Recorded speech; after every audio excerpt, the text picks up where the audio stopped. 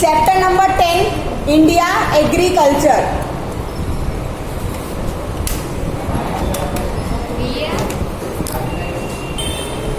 चलो chapter number 10 India agriculture. Since ancient times agriculture has remained a prime economy activity of most of the people in India. क्योंकि हमारे ancestors थे वो ज़्यादातर agriculture का ही काम करते थे, ठीक है। तो प्राइम इकोनॉमिक एक्टिविटी मतलब इसी से इनकम मिलती थी। तो हमारा एग्रीकल्चर है वो हमारे देश का, हमारी कंट्री का क्या है, बेस है, ठीक है। Even today also main support for the Indian economy is agriculture. India की इकोनॉमी का मेन सपोर्ट क्या है, एग्रीकल्चर। इसीलिए तो मैंने बोला कि इंडिया का बेस, इकोनॉमी का बेस क्या है, agriculture. Agriculture is an important resource of India. About 60% of the labour power is engaged in agriculture. 60% of labour power is engaged in agriculture, ठीक है। कोई अगर लेबर वर्क करता है तो वो भी कहाँ पे करेगा, किसी के खेत में, ठीक है। तो जो लेबर वर्कर्स है वो 60% किस में इन्वॉल्व है, एग्रीकल्चर में इन्वॉल्व है, ठीक है। Besides supplying food to the people of India, raw material for many industries also comes from agriculture. Agriculture से सिर्फ हमें फूड ही नहीं मिलता, बहुत सारी इंडस्ट्रीज के लिए रॉ मटेरियल्स भी मिलते हैं। Agriculture occupies about 22% of the national product. हमारे देश की जो भी प्रोडक्ट्स है उसमें से 22% प्रोडक्ट्स है वो सारी एग्रीकल्चर में से बनती है। मतलब वो बनाने के लिए रॉ मटेरियल क्या यूज होगा, एग्रीकल्चर में से ही कोई, ठीक है। Crops and other farm products hold about 18% contribution in export. India जो भी चीजें एक्सपोर्ट करती है उसमें से 18% है वो क्रॉप या तो फार्म के रिलेटेड चीजें होगी, for which earns huge foreign exchange. The Indian economy is mainly dependent on agriculture.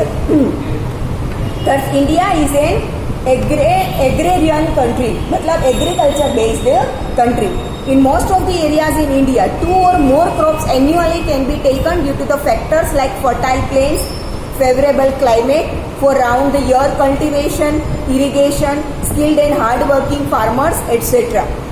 पूरे साल में 2 अलग अलग क्रॉप्स लिए जाते हैं, ठीक है। एक तो विंटर में और एक मॉनसून में, ठीक है। समर में लेते हैं बहुत सारे लोग 3 क्रॉप्स भी लेते हैं, पर जिसके खेत में पानी हो वो, जो सिर्फ मॉनसून पर बेस्ड होते हैं वो लोग 2 क्रॉप्स लेते हैं, एक तो मॉनसून में और दूसरा विंटर में। क्योंकि मॉनसून जाने के बाद अभी उनके पास थोड़ी क्वांटिटी वाटर की होती है तो वो विंटर बेस्ड क्रॉप ले सकते हैं, ठीक है। रबी पाक एंड खरीफ पाक बोलते हैं उसे, रबी क्रॉप एंड खरीफ क्रॉप, ठीक है। विंटर समर का नहीं ले सकते क्योंकि फिर पानी सूख जाता है गर्मी की वजह से, ठीक है। तो बहुत सारे ऐसे फार्मर्स है जो ईयरली 2 क्रॉप्स लेते होंगे और बहुत सारे ऐसे भी है जो ईयरली 3 लेते होंगे, या तो बहुत सारे ऐसे भी है जो ईयरली 1 भी लेते हैं, ठीक है। सिर्फ मॉनसून सीजन जिसे हम बोलते हैं खरीफ पाक, और जो विंटर में होता है उसे रबी पाक बोलते हैं, ठीक है। रबी क्रॉप एंड खरीफ क्रॉप, ठीक है ना। Even then the progress in the field of agriculture is not sufficient. इतनी सारी अभी प्रोग्रेस नहीं हुई है क्योंकि फार्मिंग के लिए जो इक्विपमेंट्स यूज होते हैं वो सारे टेक्नोलॉजी बेस्ड नहीं होते, ठीक है। पुरानी मेथड, अभी बहुत सारे गांवों में ऐसा है कि लोग फार्मिंग के लिए, एग्रीकल्चर के लिए पुरानी मेथड से यूज करते हैं। मतलब सफिशिएंट जितना चाहिए उतना प्रोग्रेस एग्रीकल्चर में नहीं हुआ। इंडस्ट्रियलाइजेशन बहुत सारा हो चुका है, बट जितना चाहिए उतना एग्रीकल्चर में सफिशिएंट प्रोग्रेशन नहीं हुआ है। The Indian farmers are generally poor and uneducated, इसलिए वो जल्दी से टेक्नोलॉजी का यूज करना सीख भी नहीं पाते और अगर उसे मिले तो वो यूज करना भी नहीं चाहते, ठीक है।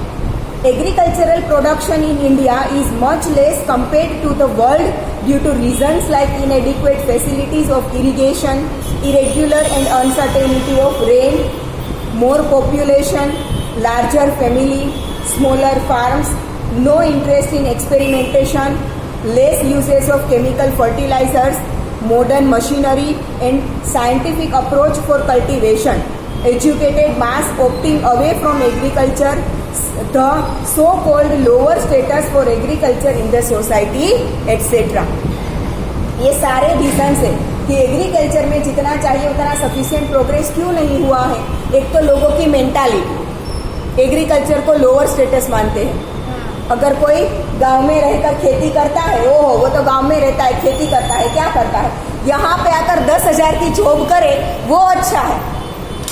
सिटी में आकर 10,000 की जॉब करे, किसी की शॉप में वर्कर की तरह रहे तो भी चलेगा, पर अपने गांव में अपने खेत में खेती करने से उसे शर्म आती है। वो लोअर स्टेटस माना जाता है गांव में रहना। सिटी में रहते ओहो सिटी में रहते हैं, गांव में नहीं रहते, ठीक है, ये लोअर स्टेटस माना जाता है। दूसरा कि केमिकल फर्टिलाइजर जल्दी से यूज नहीं करते। अब तो थोड़ा ज्यादा हो गया है यूज, पर फिर भी जितना चाहिए गांव के लोग जितना चाहिए उतना केमिकल फर्टिलाइजर नहीं यूज करते, जो कि अच्छी बात भी है और नेगेटिव भी है।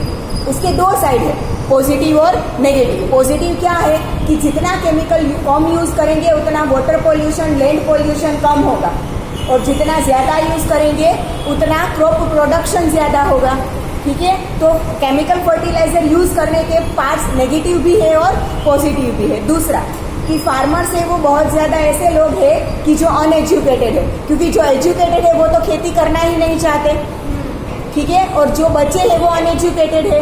तो टेक्नोलॉजी का यूज कैसे किया जाए वो उन लोगों को पता नहीं है, और अगर पता है फिर भी वो नहीं यूज करना चाहते कि हम तो अपनी मेथड से ही करें, ठीक है। तो ये सारे फैक्टर्स है कि जिसकी वजह से अभी भी एग्रीकल्चर में चाहिए उतना प्रोग्रेशन नहीं हुआ है, ठीक है। Now types of farming, the socio economic condition of the people of India, administrative policy and the entire Indian economy are associated with agriculture. देखो, द सोशियो इकोनॉमिक कंडीशन मतलब इंडिया का हम इकोनॉमिकली देखें और सोशली देखें तो दोनों direction में इंडिया है वो फार्मिंग पर मतलब एग्रीकल्चर पर बेस्ड है। Administrative policy and the entire Indian economy are associated with agriculture. Farming types are classified according to irrigation methods, farm outputs, economic return etcetera. First, subsistence farming. Farming के अलग अलग types है। पहला है subsistence farming. After independence many agricultural development projects are implemented, yet the economic condition of Indian farmer is very weak even today. Agriculture में बहुत सारे development projects by government भी अप्लाई किए गए हैं, और जो फार्मिंग के बारे में जिन्हें अच्छा नॉलेज है वो भी अपने फार्मर में या तो अपने आजू बाजू के लोगों को बताते हैं, जिसकी वजह से एग्रीकल्चरल डेवलपमेंट हुआ है, ठीक है। पर फिर भी yet the economic condition of Indian farmer is very weak even today. जो खेती करते हैं उनकी कंडीशन देखे तो जनरली इतनी रीच नहीं होती, वो क्या होते हैं, पुअर होते हैं। हाँ, बहुत सारे ऐसे फार्मर्स भी है कि जो इकोनॉमी वाइज बहुत रीच है, पर उसके नंबर्स देखे तो बहुत कम है।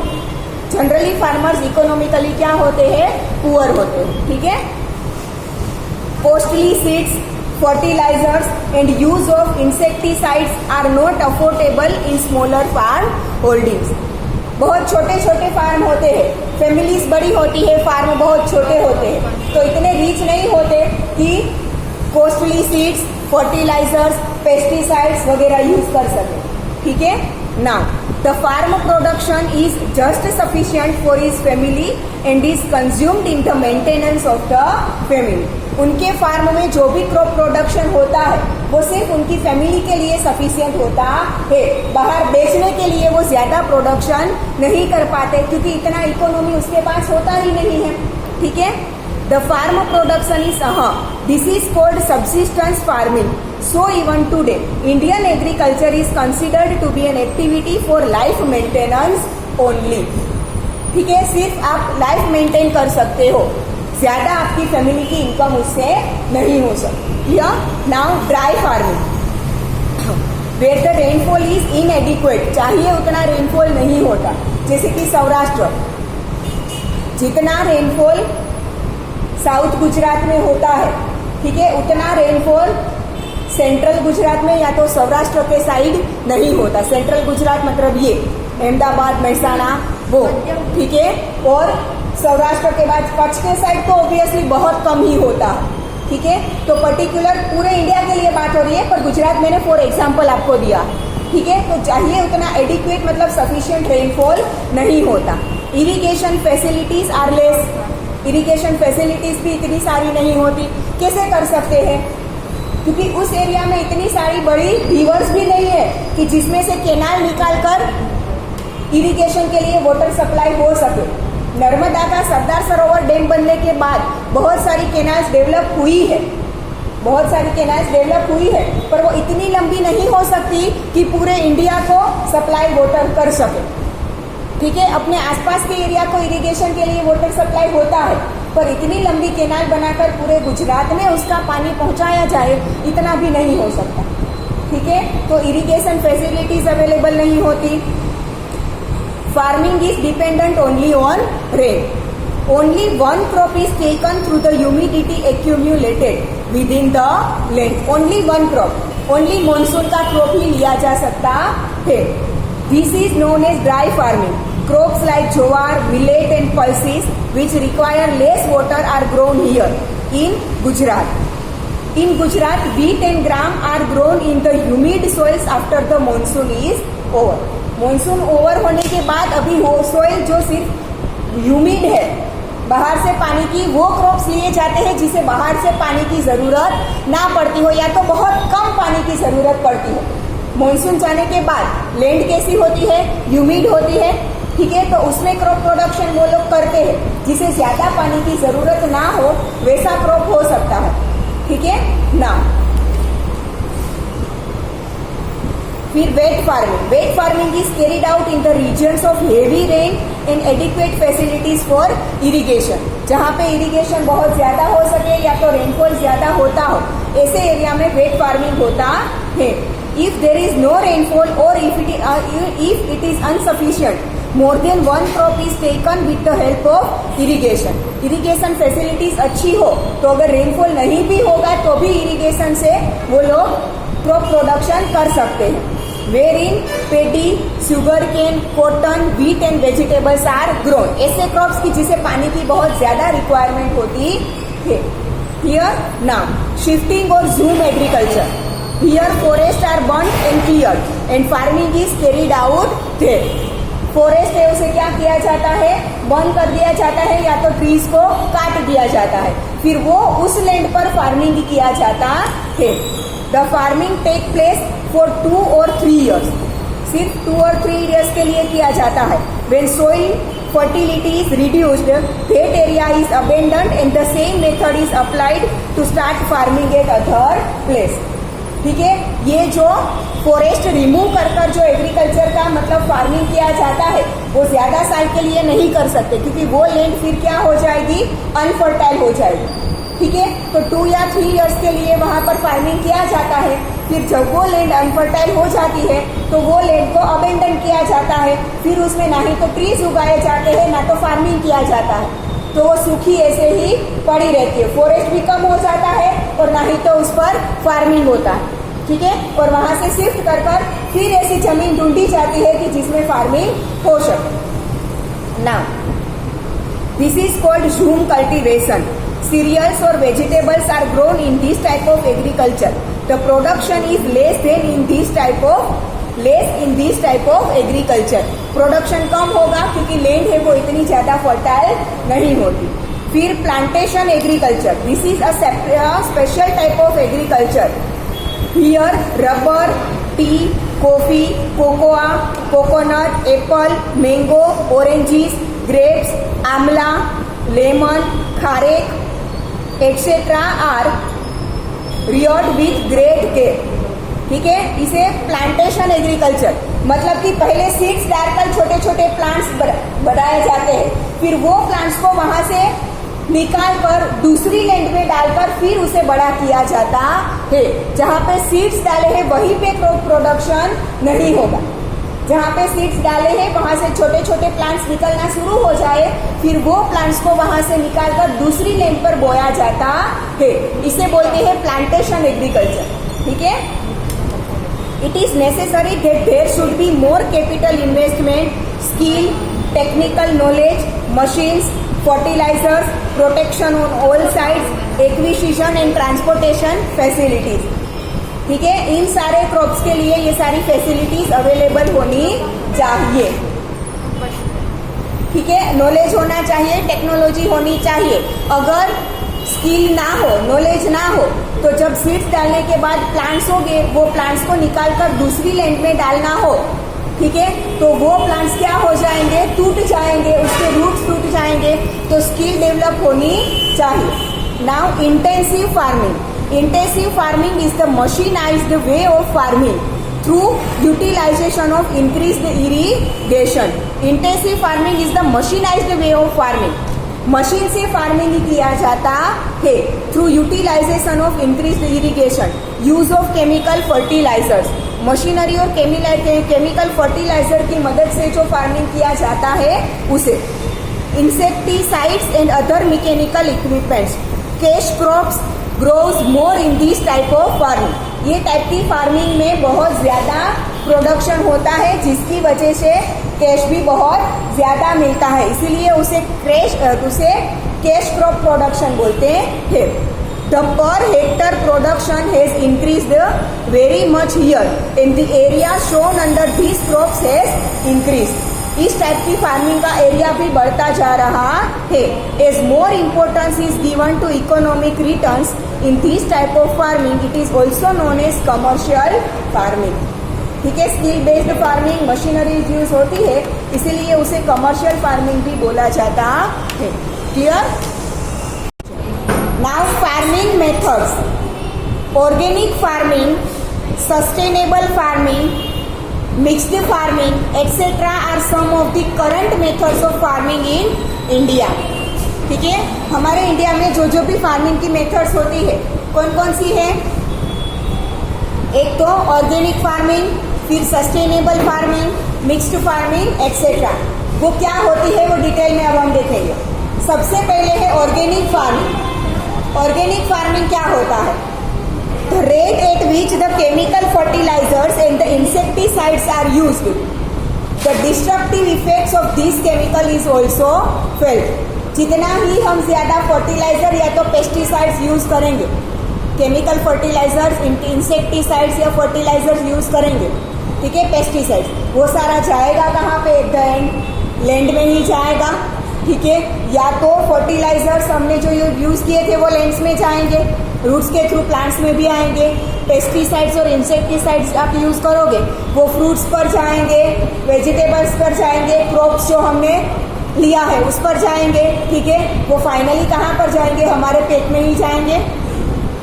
ठीक है, तो केमिकल्स की वजह से बहुत ज्यादा इफेक्ट हो रही है. और लैंड में जो केमिकल बच जाता है वो वाटर के थ्रू वॉश होकर कहाँ पर जाएगा?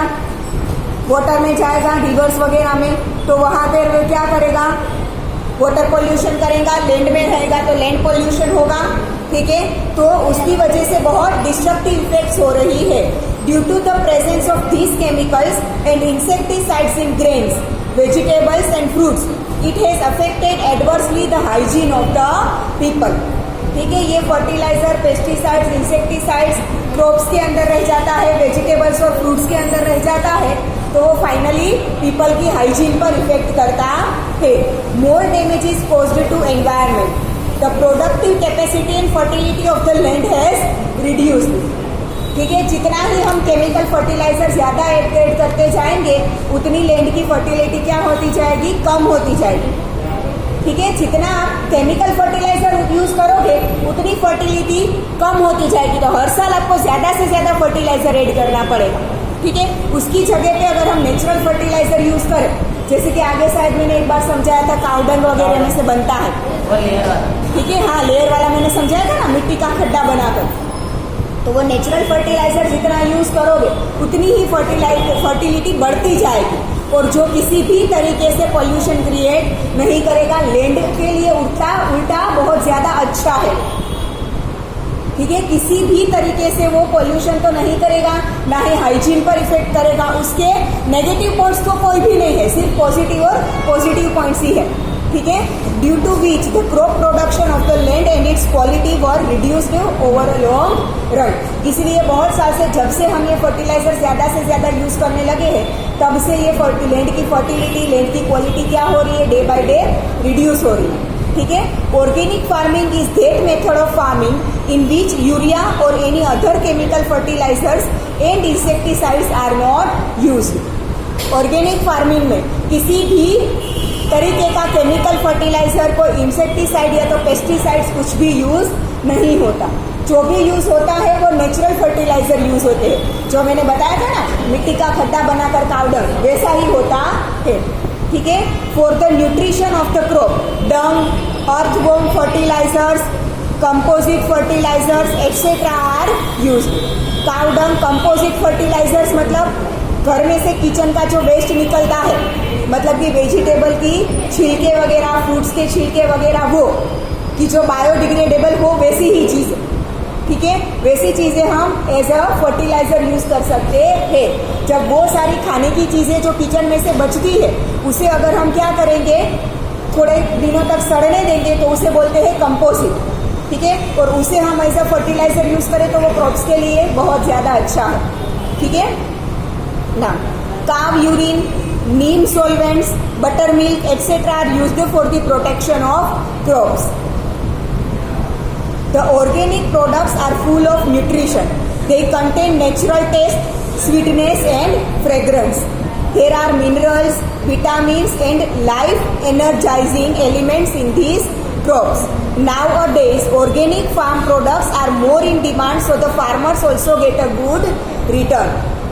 अभी सबको समझ में आने लगा है कि केमिकल फर्टिलाइजर्स या तो इंसेक्टिसाइड्स वगैरह यूज कर जो क्रॉप लिए जाते हैं, उसकी वजह से हाइजीन कम हो रहा है, पीपल का हाइजीन लेवल कम हो रहा है। इसीलिए डे बाय डे लोग ऑर्गेनिक फार्मिंग मतलब ऑर्गेनिक प्रोडक्ट्स की तरफ जा रहे हैं, जिसकी वजह से फार्मर्स को भी क्या मिलता है, सपोर्ट मिलता है। ठीक है, कि वो ऑर्गेनिक फार्मिंग करे, क्योंकि वरना अगर पहले वो ऑर्गेनिक फार्मिंग करते थे तो उसकी प्रोडक्ट्स, हाँ, जो ऑर्गेनिक फार्मिंग करके जो वेजिटेबल्स या तो फ्रूट्स लिए जाते हैं ना, वो ज़्यादा दिनों तक अच्छे नहीं रहते, उसमें सड़न बहुत जल्दी लगती है। इसीलिए वो लोग ऑर्गेनिक फार्मिंग करते नहीं थे, क्योंकि अगर घर पे पड़ा हुआ बिगड़ जाएगा तो उन लोगों को तो वेस्ट ही होगा। ठीक है, पर जब से लोग ज़्यादा से ज़्यादा ऑर्गेनिक प्रोडक्ट्स खरीदने लगे हैं, तब तक उनका माल भी घर में पड़ा नहीं रहता, क्योंकि बिक जाता है सारा, तो उन्हें भी अच्छा रिटर्न मिलता है। इसीलिए अब फार्मर्स भी ऑर्गेनिक फार्मिंग की तरफ जाने लगे हैं।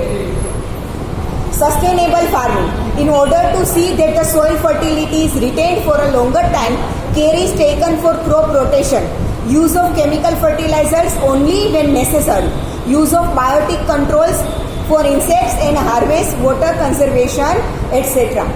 ठीक है, जब से पता चला है कि फर्टिलाइजर्स की वजह से, इंसेक्टिसाइड्स, पेस्टिसाइड्स की वजह से लैंड की फर्टिलिटी कम हो रही है, तब से लोगों को समझ में आ रहा है कि अगर लैंड के अंदर एक न्यूट्रिशन कम हो रहा है तो दूसरी बार वही क्रॉप मत लगाओ। क्रॉप का क्या करेंगे, रोटेशन। एक बार अगर गेहूं लगाया है तो दूसरी बार दूसरा कोई क्रॉप लगाओ, ताकि जो न्यूट्रिशन वीट को लैंड में से मिल रहा है वो उसमें से अब लैंड में से अब्जॉर्ब कर लेगा। अगर आप दूसरा कोई क्रॉप लगाओगे तो वो क्रॉप में से लैंड को वो न्यूट्रिशन मिलेगा। तो इसलिए क्रॉप रोटेशन बढ़ता जा रहा है। जितना लोगों को समझ में आ रहा है वो लोग केमिकल फर्टिलाइजर्स, फिर इंसेक्टिसाइड्स का कम यूज करने लगे हैं। इसे बोलते हैं सस्टेनेबल फार्मिंग। ठीक है, फिर mixed farming, here the cattle rearing, poultry, sericulture and fishery etcetera are also carried out simultaneously along with farming. ठीक है, मिक्स्ड फार्मिंग में क्या होगा, ओनली क्रॉप प्रोडक्शन नहीं होगा। ठीक है, साथ में केटल रेयरिंग मतलब गायों को कितने सारी, वो बोलते हैं ना तबेलो गायों, ठीक है, वैसा करने लगे हैं। फिर पोल्ट्री मतलब मरघा उछेर केंद्र। ठीक है, फिर सेरिकल्चर एंड फिशरी, सेरिकल्चर मतलब मधुमक्खियों का उत्पादन होता है, जिसकी वजह से मध बहुत ज्यादा मिलेगा। ठीक है, फिर फिशरी, फिशरी मतलब वहां से पोंड जैसा बनाकर उसमें फिश को पाला जाता है। ये सारी चीजें ऑब्वियसली ह्यूमन के काम ही आएगी। ठीक है। ये मरघा उछेर केंद्र जिसे हम पोल्ट्री बोलते हैं, तो ऑब्वियसली चिकन मटन लोग खाते हैं, गाय वगैरह को पालेंगे तो उससे दूध बहुत ज़्यादा मिलेगा, तो मिल्क प्रोडक्ट्स बढ़ती जाएगी, ठीक है। फिर सेरीकल्चर, जितनी मधुमक्खियाँ बढ़ारे मतलब ऐसे मेड अगर उसे वो पाल करेंगे, आपने देखा होगा कि लकड़ी की बॉक्सिस बनाकर उसके अंदर मधुमक्खियाँ वगैरह लगाया जाता है, ठीक है, जिसकी वजह से क्या मिलता है, बहुत सारा हनी मिलता है, ठीक है। वो फिर फिश का प्रोडक्शन ज़्यादा से ज़्यादा, ऑब्वियसली मैनमेड प्रोडक्शन नहीं कर सकते, किसी चीज़ के मशीनरी में फिश बना नहीं सकते, पर उनकी प्रोडक्शन तो बढ़ा सकते हैं ना, ठीक है। हाँ, now are also carried out simultaneously along with farming. Now agricultural products of India, India की कौन कौन सी है प्रोडक्ट्स एग्रीकल्चर में है। As per the seasons, the agricultural crops of India can be grouped into 3 categories. 1 kharif crop, दूसरा रबी crop and तीसरा ज़ैद crop. देखो, खरीफ crop मतलब जो मॉनसून में होता है वो, रबी क्रॉप मतलब जो विंटर में होता है वो, और ज़ैद मतलब समर क्रॉप, ठीक है। खरीफ क्रॉप में क्या आएगा, crops which are taken during rainy season are called kharif crops. Time for this crops is from June July to October November. जून या जुलाई में बोया जाता है और उसे अक्टूबर या नवंबर में काटा जाता है। Paddy, maize, jowar, millet, cotton, til, groundnut, moong and moth are kharif crops. Now rabi crops की जो विंटर में होते हैं, crops which are taken during winter are called rabi crops. Time for this crops is from October November to March April. जब kharif crop को निकाला जाएगा, फिर जमीन साफ कर कर उस पर क्या लगाया जाएगा, रबी क्रॉप, ठीक है। वो मार्च या अप्रैल में फिर पक जाता है। Wheat, grain, barley, mustard, linseed etcetera are rabi crops. उसके बाद ज़ैद मतलब समर में लिए जाने वाले क्रॉप्स, जो बहुत कम फार्मर्स लेते हैं क्योंकि पानी नहीं मिलता, ठीक है। Crops which are grown during summer are called zaid crops. Time for this crops is from March to June, बहुत कम टाइम में होता है, ठीक है। Paddy, maize, groundnut, til, millet and fruits like watermelon, cucumber, muskmelon etcetera are zaid crops. पता है ना, ठीक है। गर्मियों की सीजन में मस्क मेलन और वाटरमेलन बहुत ज़्यादा मिलता है, फिर मैंगोज बहुत ज़्यादा मिलती है, तो ये सारे ज़ैद क्रॉप्स हैं, ठीक है। Now, major agricultural crops. Due to the diversities in geographical conditions, climate, variety of land, the amount of rainfall, etc., different crops are grown in different parts of India. India के हर एक part same नहीं है। कहीं जगह पर mountain range है तो वहाँ पर बहुत ज़्यादा ठंडी होती है, कहीं जगह पर डेजर्ट है तो वहाँ पर बहुत ज़्यादा गर्मी होती है, कोई एरिया में रेनफॉल बहुत ज़्यादा होता है तो कोई एरिया में बहुत कम होता है, ठीक है। क्लाइमेट कंडीशन अलग अलग होती है। कोई एरिया ऐसे है जैसे कि कश्मीर, हिमाचल प्रदेश, ठीक है, उत्तराखंड, ये सारे स्टेट्स ऐसे हैं कि जिसमें ईयर के ज़्यादा से ज़्यादा मंथ सिर्फ ठंडी रहती है, गर्मी बहुत कम पड़ती है, ठीक है। और इसकी कंपैरिजन में साउथ के स्टेट्स देखें तो वहाँ पे गर्मी ज़्यादा होती है। हमारे यहाँ पे भी गुजरात में गर्मी ज़्यादा होती है कंपेयर टू विंटर।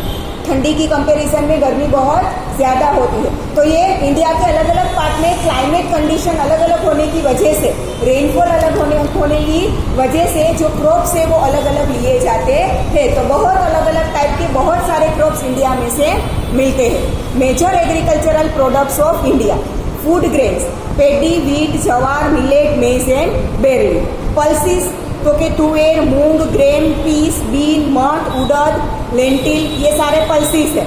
फिर ऑयल सीड्स जिसमें से ऑयल निकलता है, ग्राउंडनट मतलब मूंगफली जिसे बोलते हैं, फिर til, soybean, castor, mustard, sunflower, coconut and linseed.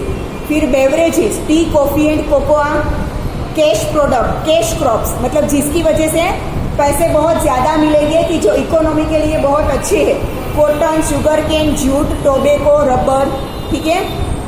Now condiments, cumin seed, fennel, isabgol, coriander, fenugreek. Fenugreek क्या होता है पता है, मेथी, मेथी दाना આપણે જેને કહીએ ને, that is फेन्यूग्रीक। फिर क्यूमिन सीड्स मतलब जीरू, बराबर। फिर फेनल मतलब जेने આપણે અજમો કહીએ છીએ वो, फिर अजवाइन अजमो, ब्लैक पेपर, गार्लिक, ठीक है, ये सारे कंडीमेंट्स है। फिर fruits, mango, banana, chikoo, papaya, grape, jujube, apple, guava. Vegetables, potato, brinjal, onion, bottle gourd, turiya, ladies finger, cabbage, cauliflower, various vegetables, ठीक है। ये सारे हैं हमारे जो मेजर एग्रीकल्चरल प्रोडक्ट्स है।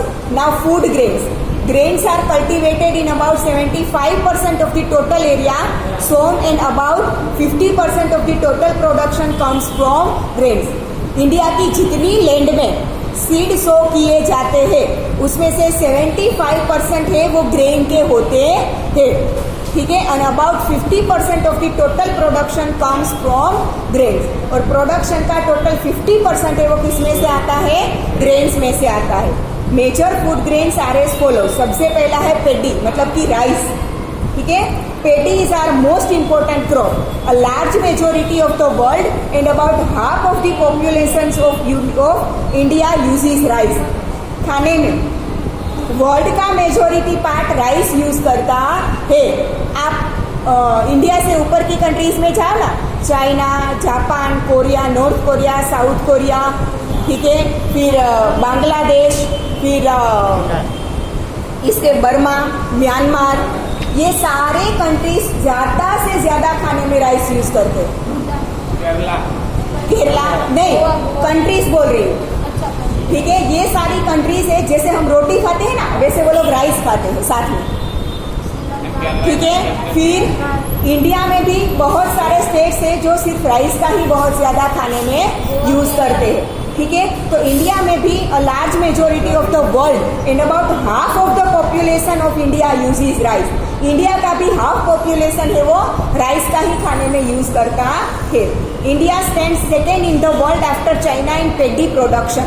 राइस के प्रोडक्शन में सबसे पहला है चाइना और इंडिया है सेकेंड स्टेज पर, ठीक है। Paddy is sown over 1/4 of the total sown area. India के जितना भी एरिया में सीड्स बोए जाते हैं मतलब फार्मिंग होता है उसमें से 1/4 पार्ट में तो सिर्फ राइस ही लगता है। Paddy is a crop of torrid zone, hot and humid climate, minimum temperature of 20 degree Celsius, fertile alluvial soil and more than 100 centimeter of rainfall are necessary for more production, ठीक है। कई बार आपने देखा होगा कि खेतों के अंदर पानी भरा होता है और उसमें से क्रॉप निकला होता है, वो पेडी है, ठीक है। राइस के लिए पानी भरा होना चाहिए। सिर्फ एक बार पानी दे दिया 2-3 दिन तक रहेगा वैसे नहीं चलता, उसके लिए पानी वहां पर भरा होना चाहिए, ठीक है।